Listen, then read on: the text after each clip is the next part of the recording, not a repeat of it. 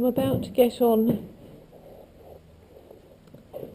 Jolly Jupiter, and the reason I'm showing this getting on was because when he came, you know, his owner was saying that by the time she'd sort of struggled, you know, made several attempts to get on the bridle successfully, you know, she got sort of flustered, and so did he, and then she'd get him to the mounting block, and as soon as she had her foot in the stirrup, he'd go off.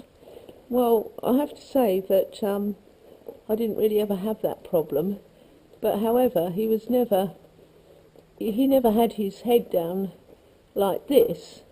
He always had his head right up high because he was worried, and his ears were always turned back towards me, you know, like what's going on behind, you know, what are you doing?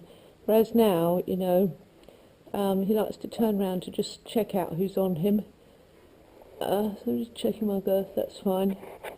And so we're starting the ride on a good note because he's just standing here, so I think that's really important, you know, that you have a good start rather than them raring to go, and it sort of often can spiral downhill from there.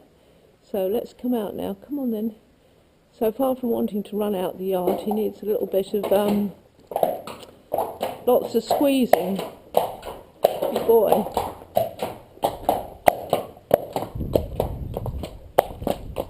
It's a bit of the fencing gang are out. I said the fencing gang are out.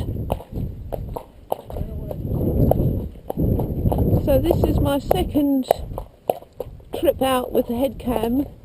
Earlier I went out on Della with Tara Marie, who rode Flynn, and so, well, I'll talk about the reasons why we went out together. It was so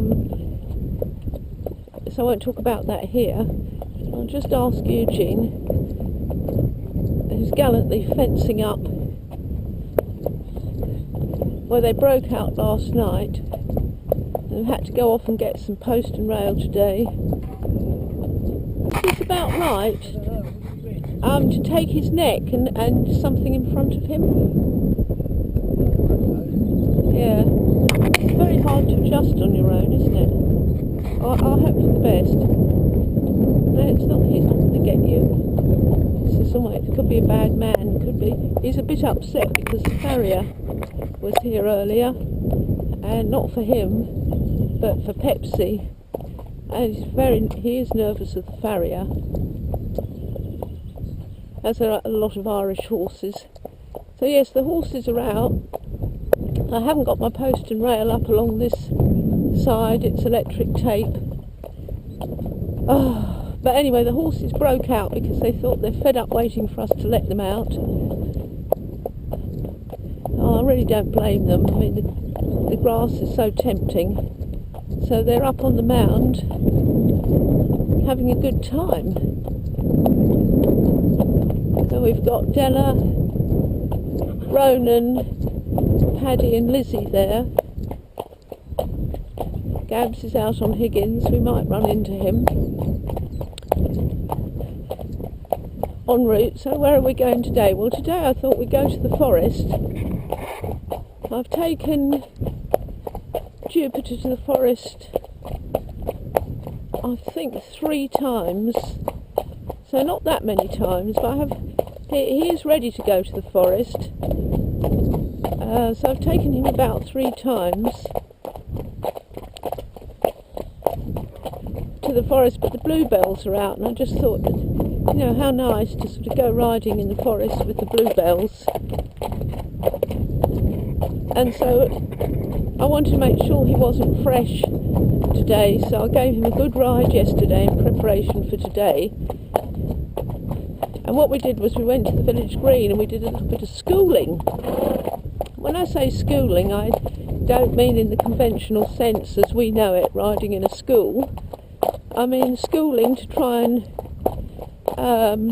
settle him at the green, which is often hard to do for a horse, and to get him more balanced so that he can carry himself because the ground there, apart from the fact that it slopes, which is excellent, the ground isn't like a school. It is rutty and hillocky with the tufts of grass, and he went down on his knees a couple of times actually. He hadn't got any idea how to really balance himself.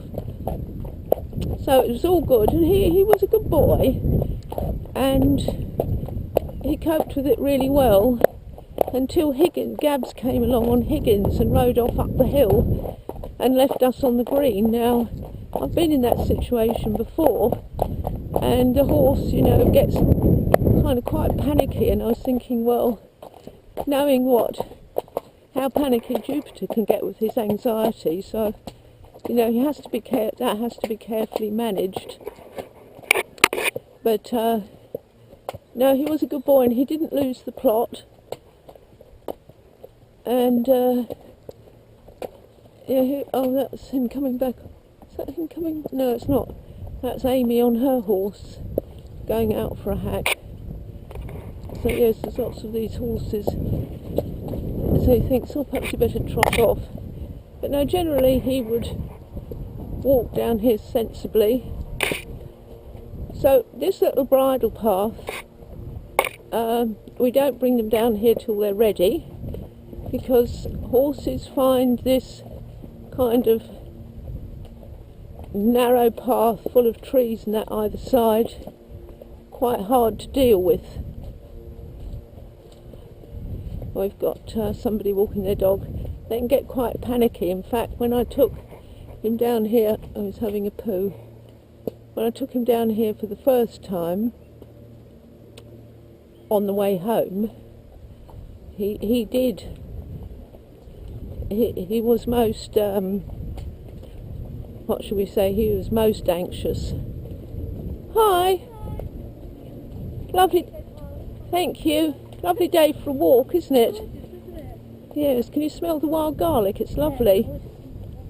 He thought he was coming towards home on this grass, and he definitely thought it was a cue to sort of run off down the hill. Come on. So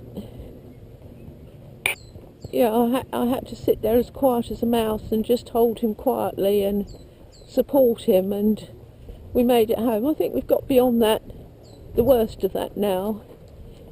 But yeah, we don't come down here till they're ready for it. Right, have a little trot.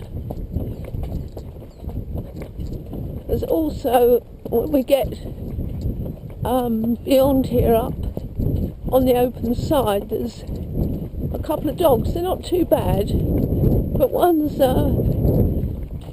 what do you call them, a basset hound, and it's kind of a bit asthmatic or something, and it makes really funny noises, and it comes waddling over. And when it did that the other day, and I was coming down with Flynn, who's the quietest pony on the planet, really, well, I think so, he went to rush off. He went to run away because he couldn't think what this thing was coming up behind him towards the fence. So, you know, a horse is a horse. And I sort of had a moment thinking that he's just going to get stuck. And so a horse is a horse, and you can never say you know, what they will or won't do. So, I mean, that's Flynn. So Flynn can take it in his head. And I've got the stick on this side, because this open side, invariably they see something in the hedge to the right and they want to shoot to the left. So I've got this stick here, so if we do see the dog, see, once they shoot to the left, it's easy to do a 180-degree turn and then run back home. So all these are the sorts of things that, you know, can happen, and obviously have happened to me many times, you know, in the 20 years that we've been where we've been here. So, why am I having yet another video with Jupiter? Well, I think his particular difficulties resonate with a lot of people, you know, who can identify with his difficulties. And I think that, you know, when I ride him, you know, lots of people are thinking, oh yes, you know, I've experienced that, I've done that before. Whoa,